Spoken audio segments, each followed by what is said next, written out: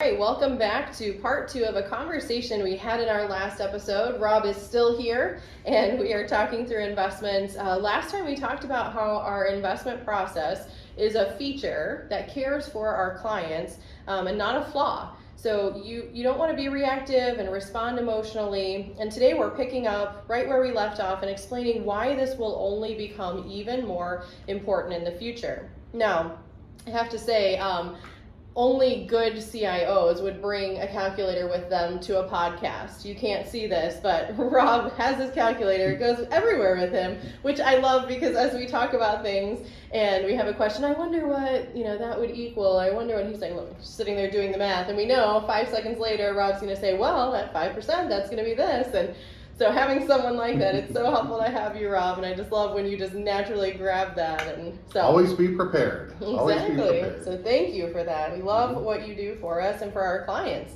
So we've seen an increase as we talk with new prospective clients who are looking for advisors. We've seen an increase in a lot of people really trying to go it alone, do their own finances, or even more specifically their investments. And I don't know if this is kind of just something in general where people are doing this with a lot of things in their lives. Maybe they have extra time, or they say, I want to be sure I'm doing this correctly, so they're starting to research or learn. It could also be that there's more resources out there and available, which is wonderful. It's good that it can help people. However, it is really important to get the investment piece in your plan right. So just historically, investors could buy and hold investments. And you may think of a young worker who they're just saving money until retirement. That buy and hold mentality, would you say that's worked? Why or why not? Yeah, I mean, I would say yes, it has worked very, very well for the last, call it 20, 25 years. It has been very good to just buy something, hold it, buy the dips as markets go down and things like that. So that strategy has worked, and if you look very long term, I mean, that's not a bad strategy. So if you're 20 something or in your 30s and you're 30 years away from retirement, buying and holding is a great thing to do. If you're a good saver and you're getting that piece right, where you're maxing out your savings, 401k, IRA, things like that, throw it into investments that are just buy and hold, very simple. You'll be fine over the long term. What we're really talking about here is how has the environment changed? Because I personally, this is my view, and I'm not, we're not just talking our own book here when we say, hey, you need help with your investments and OPS, that's what we do. Everything I'm going to say, this is what I truly believe about what we're seeing in the market right now. The last 20 to 25 years, it has been a buy and hold market. Why? Because we have been in a very low inflation environment, and we've been in an environment where the Federal Reserve has been extremely accommodative to investors. So even though we've gone through a tech bubble crash and great financial crisis and the COVID panic a couple of years ago, the Fed has always ridden to the rescue, and ultimately investors were paid off for just buying and holding, staying firm, and not doing anything. I personally believe that's going to change, though, over the next at least 10 years. We'll have to see. But that, that strategy, it works for very young people. It has worked over the last 20 to 25 years, but quite frankly, I'm not sure that's going to be the winning strategy going forward. And I think even more clearly, so in this buy and hold strategy where investors, they can buy and hold, even within that, you need to be buying and holding the right thing. So you need to be diversified. A lot of young people will just say, put it all in stocks. Great, I have time to ride it out. That can work depending on which stocks you're in. And so again, it goes into like, wait, I've got to be in the right stuff. I've got to be buying and holding the right things. Even as we learned last time with young Rob's investing, you saying, great, I was investing, but what do you own? And that kind of that is some of the volatility that is going to tell in your portfolios. What you own is going to lead to a different amount of volatility. And so exactly. Yep. So even getting that right, even if you're going to do it yourself, even if you're young, it's really important to make sure you're in the right stuff. You're buying and holding the right things. Exactly. So. Yeah. The last thing you want to do, and just to take a very simple example, you might be the most bullish person on, pick your stock, Tesla. It's been a phenomenal stock. It's gone through the roof. But if you have your entire nest egg in one stock and it doesn't work, then your nest egg is ruined. So you really want to be, when I talk buy and hold, I'm talking about the strategy of buying, maybe a Vanguard total stock market index fund and a total bond market index fund, and just buying those in proportion to whatever your time horizon is, and just leaving it and not changing anything. That's really what I'm talking about. Those are well diversified investments. Buying and holding single stocks, that is a whole different thing. Well, that's where I was going to say, that's a plan where I'm putting money in, I'm slowly I'm diversified, I'm adding money over time as the market is lower and higher. So I'm buying things low, selling them high, or continuing to ride them higher.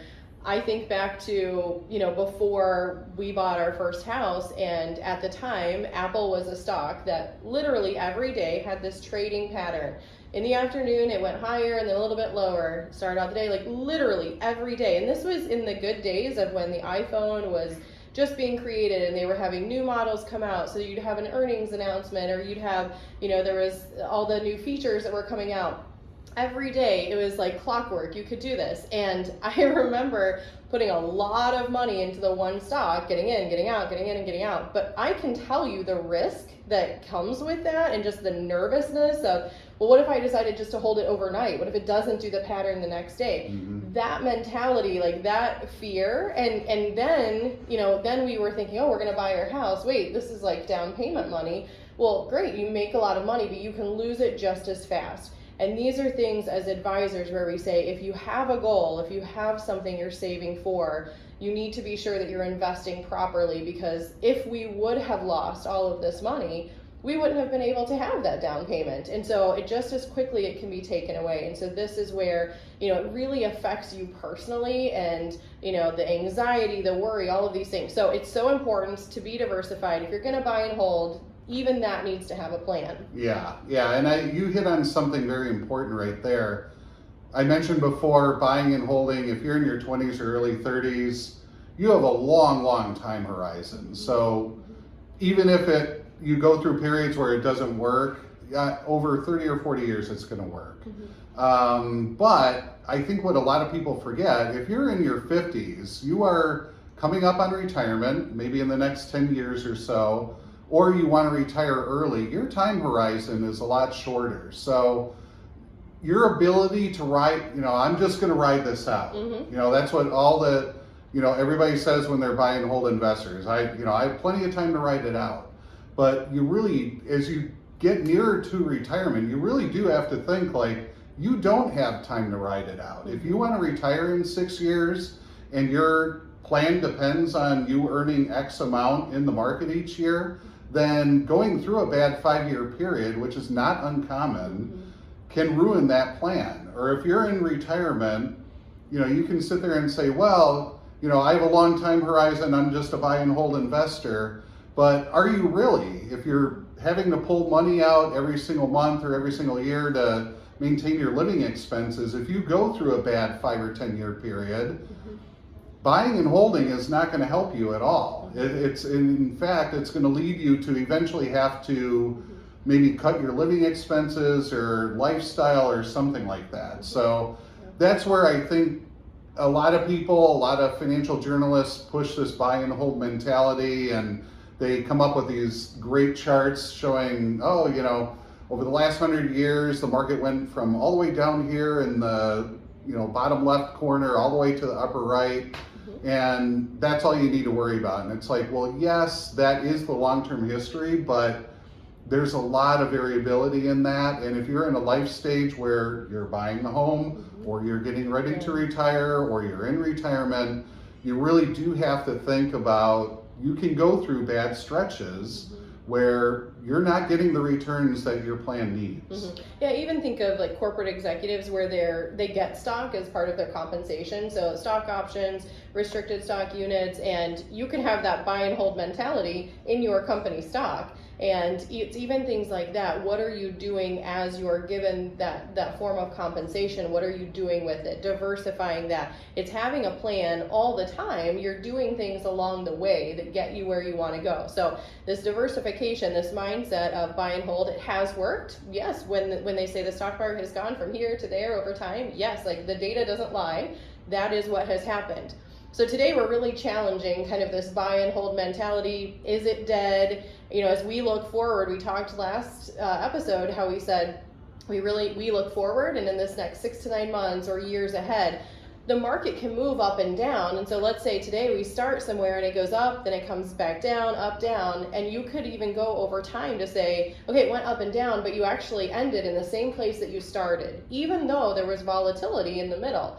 And this is where, you know, as we talk internally, you have a really strong feeling of, wait, what has worked in the past is not necessarily going to be what works in the future. And so this is what we really want to talk about today is what is this mindset, you know, this change to this mindset of buy and hold works for everybody, it always has.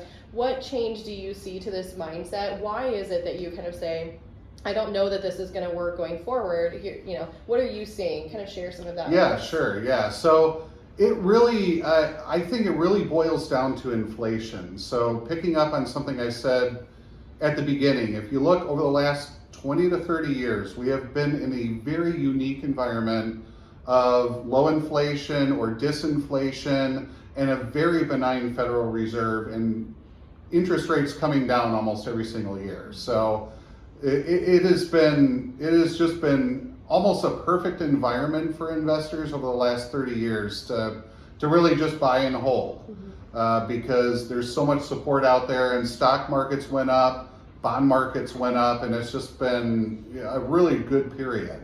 But what the biggest change I see that I think is going to persist, I don't know if it'll be a couple years or 10 years, but you know, I think this inflation problem that we're having right now, while it will certainly cool off from what we're seeing right now, so inflation is not going to be 8% for the next 10 years or anything, but I do think that inflation is going to be a problem for a number of years. And why do I believe that? If you look at labor markets here in the US, and if you've gone to restaurants, I'm sure you've seen signs that, hey, we're short-staffed, we don't have enough workers. Or if you own a business, you know this problem where you need workers and you simply cannot find them. And that's really because what we're going through demographically right now is a lot of baby boomers are retiring, and there aren't enough workers to kind of pick up that slack to do that work. So what happens with that? If it's basic economics 101, supply demand curve. If you don't have enough workers, your reaction as a business owner is to say, okay, I'm going to offer them more money, higher wages.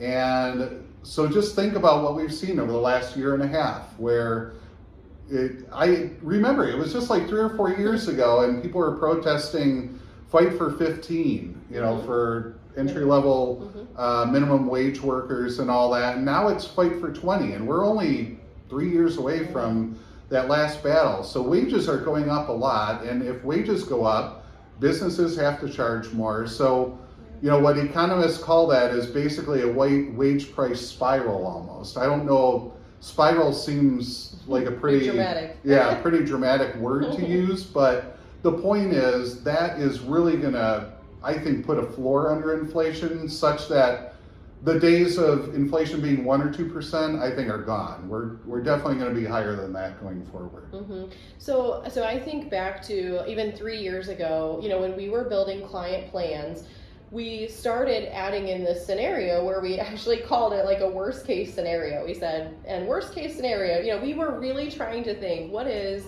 a really bad scenario that we think could actually happen.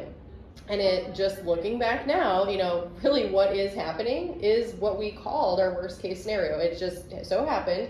We talked about humility in the last episode. Mm-hmm. And so we don't know what's happening, or what's going to happen the next day. However, we can plan ahead and we can say, wait, this is what we think we're going to say. And so in that worst case scenario, we were increasing inflation. We were taking investment returns, and we were saying, wait, what if this goes sideways for several years? And especially at the worst possible time for someone, which is retirement, when they say, I've stopped working.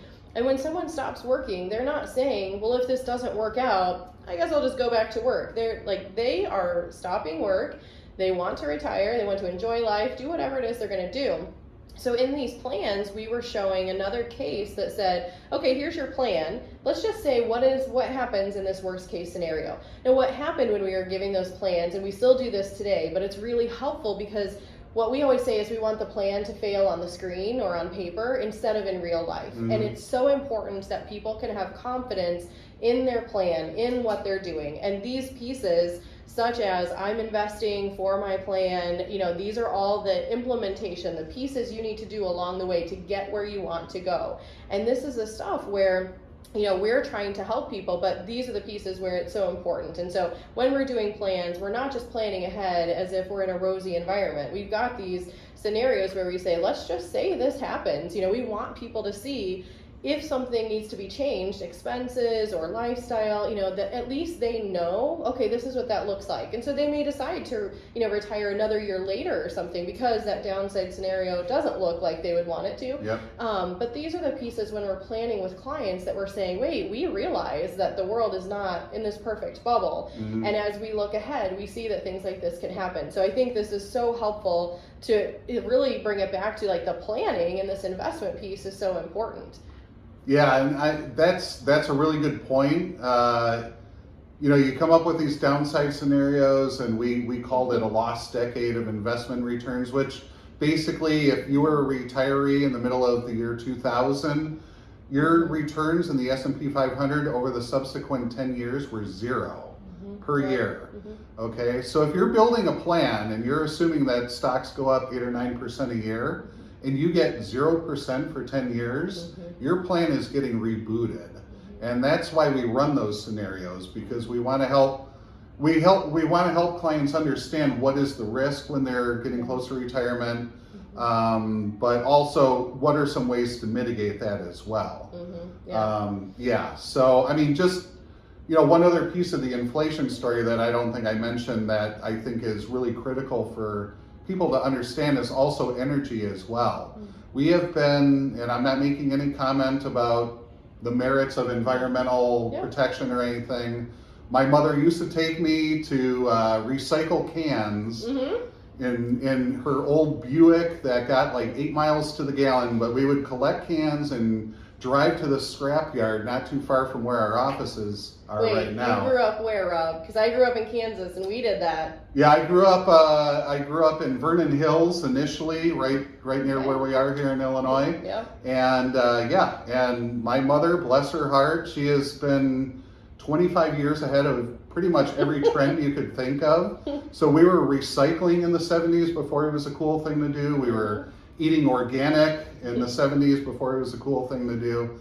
So anyway, I say that just because what I'm going to say about energy, I don't want people to misconstrue as I'm anti or anti-environment or anything. But what's happening, or what has happened over the last 10 years, there's been such a push to de-emphasize fossil fuels. And what we're realizing now is that it is really hard to trade a reliable nuclear plant, gas-fired plant, for a wind plant, a wind farm or solar panels. It's just the way it is. They're not, these renewables, they're not as reliable, so the wind doesn't blow every day, the sun isn't out every day, and they simply don't generate enough energy to replace a plant powered by natural gas. So anyway, long story short, this has been going on for a long time. We've all seen major increases in pump prices for our cars. We're seeing it with higher heating bills, higher electricity bills. I don't see this going away because you cannot, with energy, you cannot just turn switches on and off. These exploration projects are like 10-year deals. So it's going to take us a long time. So that's another reason why I think inflation is going to stay high, and why I believe the next 10 years or so is going to be such a different environment than kind of the buy and hold environment we've been used to for the last couple of decades. Yeah, I mean, I just think, 6 months, a year ago, you and I were playing this, not this game, but we were looking online to say, wait, what's the rate I can get on my natural gas and electricity? What can I lock in? And I'm pretty sure just 2 weeks ago, I was saying, wait, that lock is ending. This is painful. Yeah. So, I mean, there's things that as costs go up, we actually feel that personally in our personal finances. And so these are things that I think everybody is seeing. Everybody notices that gas prices are going up. We can notice problems, but it takes time to find solutions and to actually build reliable solutions that can be depended on. And so this is where the concern of, we can't just shut this one off and start this one, it isn't there yet. These pieces are really important when we couple this with inflation and higher costs. Yeah, and I personally, I think this is one of the big takeaways for all investors to understand. It takes a long time for mindsets to change. So we have been used to a certain environment for a very long time. I am telling you, that environment has just flipped 180 over the last couple of years. We are in a much different world for investing than we have been in a long, long time. But the problem is, for a lot of people who kind of take a passive approach to their investing and buy and hold, is they don't see the change that's underway until it's hitting them in the face. And how that usually happens is their investments are underperforming for a number of years, and they're like, well, what is going on? And then they start understanding what has been happening.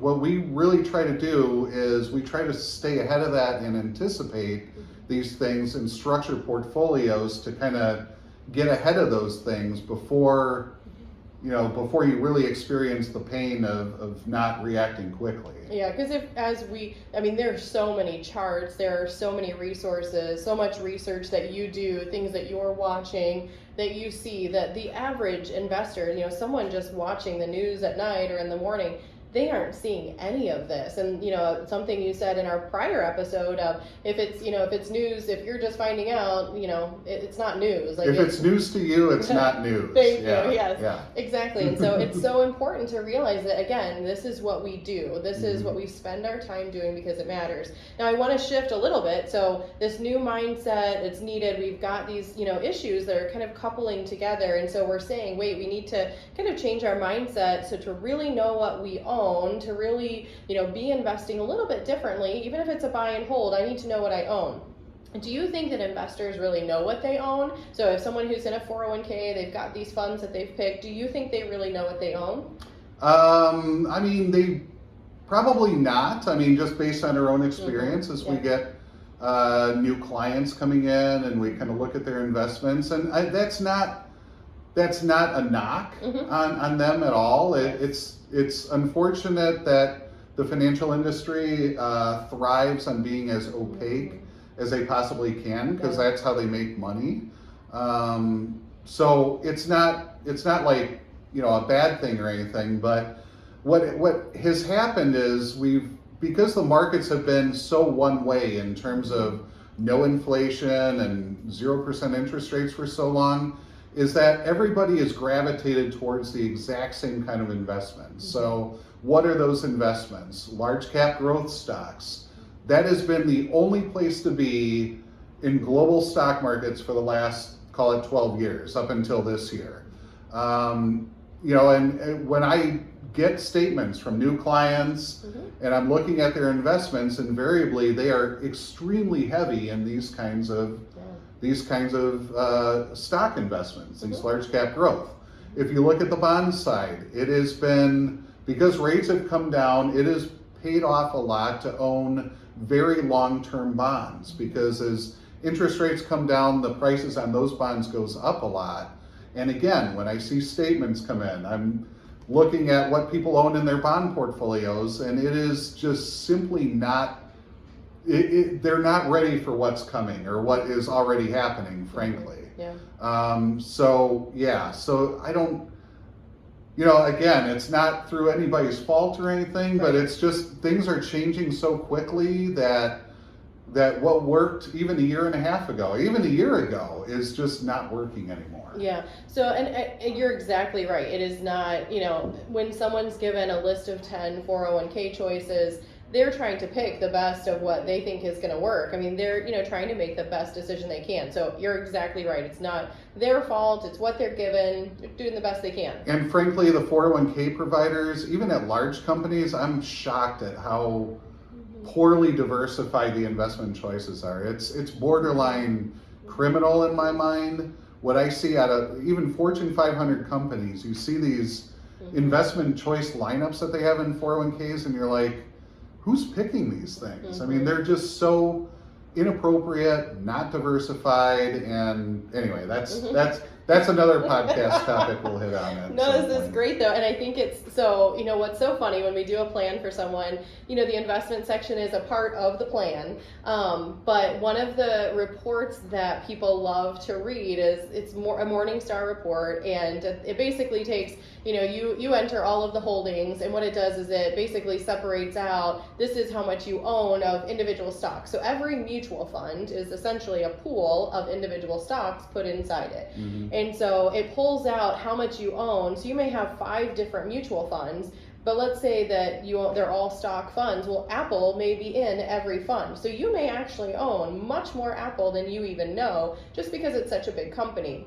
And this is one of the pieces, we're going to talk about 2 specific pieces. So as we've said, we need to shift our mindset. This is something we've been doing for clients the last couple of years. And so we're going to talk about this specifically with stocks and then with bonds. So on the stock side, when we say, do you know what you own? And you just pick this fund, you wouldn't know. A lot of times you're told like the top 10 holdings, you get kind of a nice picture. This is why we tell people when they come in and we say, hey, here's what you actually own, and it gives like the top 50 stocks. People love seeing that because they love seeing what they own. If you are a person who loves to drive down the street and say, oh, I own some of this company and I have their iPhone and I, use this service, you would want to know if that's something you love that you can invest in it. And a lot of large companies you can. But even just that knowledge of, oh, I own this, it gives people some insight into, oh, I didn't know I owned that. So this is where like sometimes people don't know what they own, and so it gives them insight into that. So if we're talking about stocks, typically, and I think again this is something people don't know, typically a stock fund, it's market weighted. So why don't you kind of explain that, like cap weighted, what that means? Sure. Kind of a typical fund. Yeah, and I'll do that in the context of just so I don't leave people hanging. If buy and hold doesn't work, like what are we potentially looking at? And I'm going to write this in a newsletter here in a couple weeks, but basically, the way I see the world is I think we are following the 1970s path almost to a T. It's almost scary sometimes to see how the exact same events that caused the inflation and the economic pain and the poor stock market returns in the 70s, all that stuff is happening right now. Even with OPEC, I mean, they're cutting production last week and people are angry about it, and that's exactly the kind of stuff they were doing in the early 70s. So if buy and hold doesn't work, what I say is let's really look at a decade like the 70s to see what might the world look like for the next 10 years. Yeah. And if you look at what the 70s environment was like, there were a lot of really big rallies in stocks, but there were also a couple of very grueling bear markets as well. But when you go point to point from kind of the early 70s to the late 70s, markets didn't really generate any returns. So if you were a buy and hold investor and you just bought in like 1971 and you held until 1979, your stock fund really did not return anything above inflation or above dividends. Whereas, where I think we're going, if that is the environment, the way I see investment management really working going forward is you really have to be nimble and tactical in how you're investing. And what I mean by that is when there are those rallies, you're taking advantage of that, maybe getting out of parts of the market that get overvalued. And then conversely, when you go through these bear markets, making sure you're in there and you're buying parts of the market that are really beaten up. And so I mean, that's kind of the way I see it. So how does that whole issue of like cap weighted versus market value weighted funds go? And I'll just give you a practical example. So, we've been writing about inflation. I even wrote an article probably 2 years ago about the 1970s Nifty 50 experience. I won't go through it all here, but basically that was a period of time in 1972, 73 where large growth stocks were just dominating the market like crazy. But what happened is when inflation really picked up in 73 and 74, those stocks just got eviscerated. And, not because they were bad companies. I mean, the companies we're talking about are like Coca-Cola, American Express, IBM. I mean, these were great companies and they continue to be great companies for a long time. But their stocks got so out of whack that even they were susceptible to declining 75-80% in those bear markets. So where are we today? If you look at the stock market makeup of the S&P 500 going into 2022, about 25% of that was dominated by 5 stocks. So you had Apple, Tesla, Nvidia, Microsoft, Google is up there, and a couple other, really good companies, but growth stocks at very, very high prices. And as we kind of looked at the world and said, you know what, we think we might be going into a 70s type environment where a lot of these growth stocks are going to struggle with higher inflation. So what we did is we still invest in the S&P 500, but there's actually a fund that you can get that equally weights each of those 500 stocks. So instead of the top 5 stocks being 25% of the regular S&P 500 index, the top 5 stocks are less than 1% because it's whatever that math is, like 0.05% for each of those 500 holdings. So, just being that one little shift de-emphasizes our client exposure to those large cap growth stocks that we think are going to be really susceptible and frankly have proven to be susceptible in this higher inflation environment. Yeah, I think that's so important when we just step back. I think for us, when things like this are happening, I feel like we're kind of going back and saying, wait, from the shelf, like where's that old textbook of all of these things we learn about? So in our education, you learn about all of these things, these funds that some are equal weighted, some are cap weighted, but when you actually, are investing, you need to know these things. These are things we learn, they're basic. Like you said,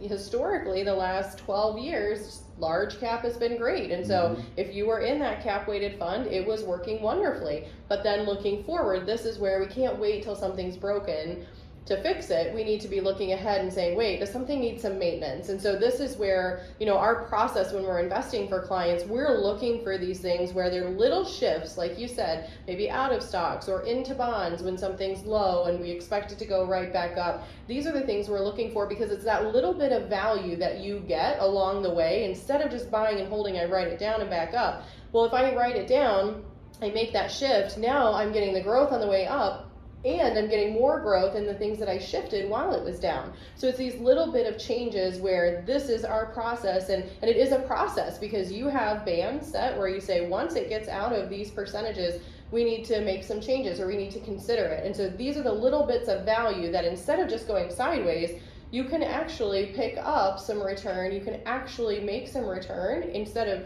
just that sideways return. Yeah, and it's, and again, going back to the last 20 years or so, passive investing has been a huge thing.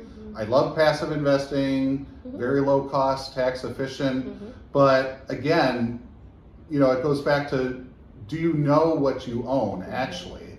And I'm not sure a lot of people who blindly invested in an S&P 500 index fund knew that 25% of that was 5 stocks. Right.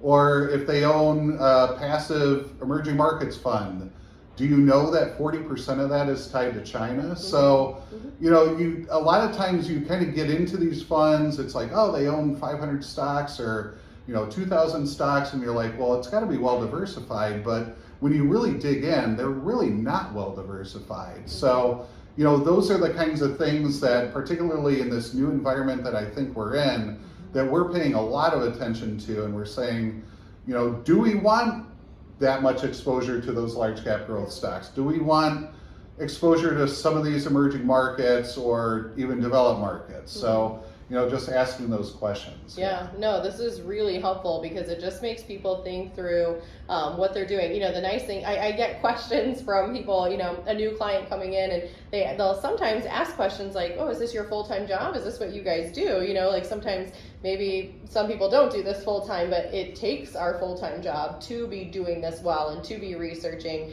And so, you know, this is what you spend your time doing, wanting to be in good investments, also maintaining low costs and things like this. So it's that whole package of everything together and doing it well. So yeah, so you do such a great job. I love coming in and, you know, a report like today about inflation, and we start talking about that right away, and we have this conversation, and it gets us all so excited because we love what we do, and so we know that we're helping clients with this, so it's really fun to do that. So any other thoughts you kind of want to share? Or is I mean, I would just say, you know, again, going back to what has changed in the world and why that matters. So on the bond side of the equation, so we talked a little bit about stocks, but because we've been in this low inflation, low interest rate environment for so long, one dynamic we've seen particularly in the last 10 years is a lot of companies and governments have been issuing very long-term debt, because why wouldn't they do it? If you can borrow,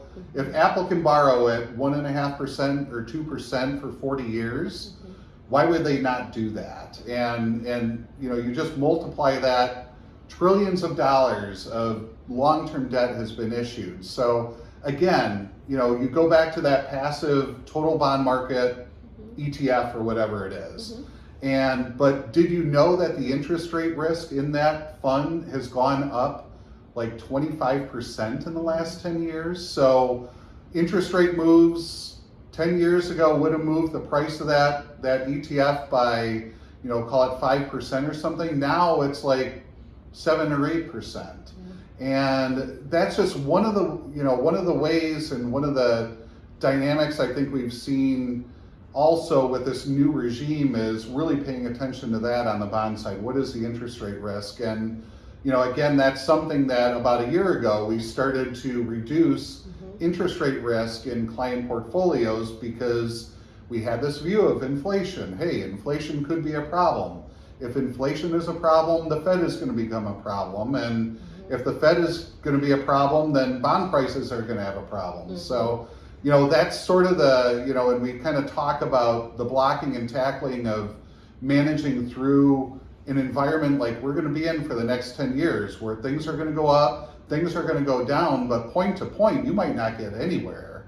You know, with that more tactical investment management that I think we're really talking about managing internally now, being a lot more tactical and intentional, nimble with how we manage money is really going to be the way to kind of, for a retiree or a near retiree especially, to kind of manage through what could be flat markets for a number of years here. Yeah, especially critical at that point in their plan. Yeah. And that really just highlights that, you know, in a financial plan, like investments are an important part. I think sometimes advisors who only do investing, they don't do tax planning, all of either pieces of a plan like we do, it's so important to realize that if investments are a part of it, but they do impact the overall success of your plan. So we don't want to overemphasize them, but we do want to make sure and be really clear that if you go it alone and you say, thanks for the plan, I can do it myself, you are increasing the risk that you're taking of your plan not working out. And so these are the things that we do. And so to just simply choose to go it alone without the knowledge or experience can really affect your overall success rate. Exactly, yeah. So, yep.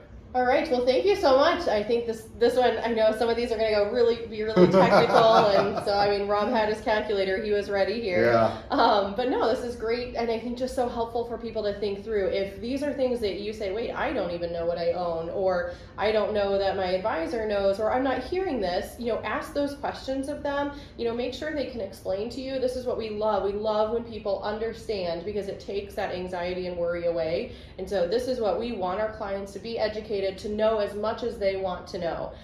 So if you have enjoyed these past few episodes, please check back every 2 weeks. Our next topic, next time we get together, we're going to be talking about awkward table topics, the holiday version, because it's going to be right before Thanksgiving. So thanks for listening, and we'll see you over there. Thank you.